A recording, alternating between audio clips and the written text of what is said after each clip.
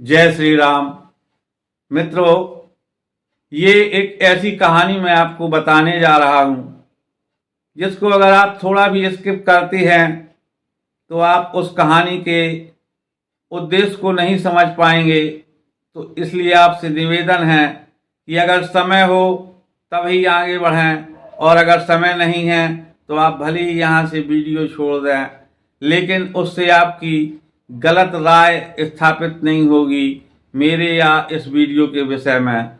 आप लोगों के पास अगर समय है तो ही इसके आगे जाइए। मित्रों, दुर्योधन एक दुराचारी पापाचारी व्यक्ति था, ये निश्चित तय है, और अधर्म के पथ पर अग्रसर था। लेकिन उसके साथ भी कभी प्रकृति ने और कभी उसके साथ जुड़े हुए व्यक्तियों ने छल ही किया है। जैसे उसके जन्म के समय वो 2 वर्ष से गर्भावस्था में था, लेकिन उसका जन्म नहीं हुआ, और अंतोगत्वा धृतराष्ट्र ने क्रोधित होकर उसकी मां के गर्भ में एक घूंसे का प्रहार किया और गर्भपात हो गया। वेदव्यास के द्वारा उन को पात्रों में स्थापित किया गया और यौगिक क्रियाओं के द्वारा उन पुत्रों को पुनः जीवन दिया गया, जिसके परिणाम स्वरूप दुर्योधन के साथ साथ 99 और संतान हुई, और उन संतानों में एक कन्या भी थी। यानी कि अगर धृतराष्ट्र उस घूंसे का प्रहार न करते और वो एक ही पुत्र के रूप में जन्म लेने वाली संतान कितनी बलशाली होती, इस बात का स्वतः अंदाजा लगाया जा सकता है कि उस संतान से लड़ने वाला कोई नहीं होता, वो इतना बड़ा बलवान होता। लेकिन भाग्य वहाँ भी दुर्योधन को धोखा देता है, और जब महाभारत का युद्ध प्रारंभ होता है तब उसे अपने कैसे धोखा देते हैं। जैसे भीष्म पितामह ने पूर्ण योग्यता होने के बाद भी पांडवों के ऊपर कोई घातक प्रहार नहीं किया। उन्होंने युद्ध दुर्योधन की तरफ से किया, लेकिन आशीर्वाद पांडवों को दिया। तो इस प्रकार से ये एक छल ही था, क्योंकि आपने तो प्रतिज्ञा ली थी कि मैं आजीवन कुरु राजवंश यानी कि इस सिंहासन के प्रति वफादार रहूंगा, और उस सिंहासन का राजा अगर चाहता था कि ये युद्ध हम जीतें तो उन्हें अपना सबसे अच्छा प्रदर्शन करना चाहिए था, जो कि उनके द्वारा मेरी दृष्टि में तो नहीं किया गया। जो भगवान परशुराम को पराजित की स्थिति में ला सकते हैं, वो भीष्म कैसे रुक गए। तो एक तरीके से वो पांडवों के प्रति समर्पण ही दिखा, और अंत में सरसैया को उन्होंने खुद चुन लिया। अब द्वितीय क्रम पर आते हैं आचार्य द्रोण। आचार्य द्रोण वो व्यक्ति हैं जो जिनके हाथ में अगर अस्त्र शस्त्र है तो उनका वध करना असंभव था, और उन्होंने अपने अस्त्र शस्त्र का परित्याग ऐसे कर दिया जैसे कोई खेल में बालक अपनी चीजों को फेंक देता है। इसके पश्चात द्रोण का वध हो जाता है, और एक तरीके से यहां भी दुर्योधन के साथ छल ही हुआ है। लेकिन सबसे बड़ा छल तो किया अंगराज ने।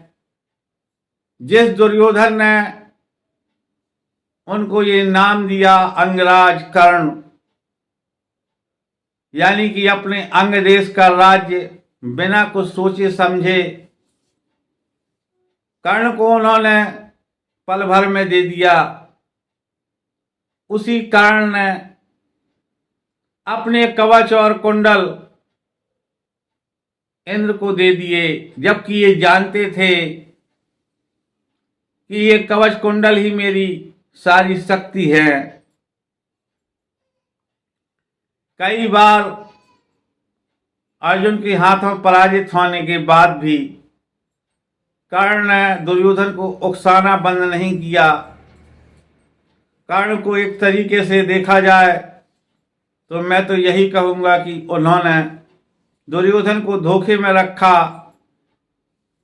माता कुंती आई और आपने उनको क्या वरदान दिया या वचन दिया, लेकिन आपने कभी दुर्योधन से नहीं बताया कि मैंने अपनी माता कुंती को ऐसा वचन दिया है। और महाभारत के युद्ध में कई बार चारों पांडव कर्ण की पकड़ में आए, लेकिन उन्होंने छोड़ दिया। एक जगह तो ऐसी विषम स्थिति थी कि उन्होंने कई बार भीमसेन को छोड़ा, तब वो एक तरीके से चीत्कार करते हुए गालियां देने लगा कि मैं क्षत्रिय हूं, इस तरह बार बार मेरा अपमान मत करो, मुझे मार डालो। इन शब्दों से ही सिद्ध होता है कि भीमसेन को बार बार कर्ण ने छोड़ा।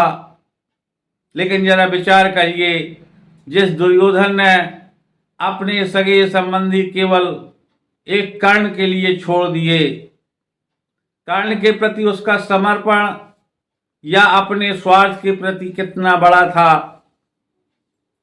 कि एक और कर्ण था, एक और पितामह भीष्म थे, और अगर चुनाव की स्थिति आती थी तो कर्ण को ही वो वरीयता देता था। और उस कर्ण ने एक बार भी दुर्योधन के प्रति नहीं सोचा। उसने भले ही दिखावा में एक ये प्रदर्शित किया कि मेरा जीवन समर्पित है, लेकिन कभी कभी आपके जीवन से अधिक दूसरे के जीवन से अर्थ निकलता है। और अगर एक सेनापति मारा जाए तो उससे कोई विशेष अर्थ नहीं होता, लेकिन अगर किसी युद्ध में एक राजा बंदी बना लिया जाए या राजा की मृत्यु हो जाए तो युद्ध स्वतः समाप्त हो जाता है। और जब धर्मराज युधिष्ठिर कर्ण की पकड़ में कई बार आए थे तो कर्ण को भी चाहिए था कि वो दुर्योधन को सौंप देते, भले ही उसका परिणाम कुछ होता। तो लोगों ने अपने आने वाले समय के वचनों को पूरा करने के लिए अपने मित्र कहूँ या रिश्तेदार, सभी ने दुर्योधन के साथ छल ही छल किया। और मैं ये नहीं कहता हूं कि दुर्योधन निष्कपट निष्पाप था, दुर्योधन भी छली था, सारा कुछ उसके अंदर दोष था। लेकिन जहां पर इन लोगों का नाम आता है तो ये दोष मुक्त की पंक्ति में आते हैं।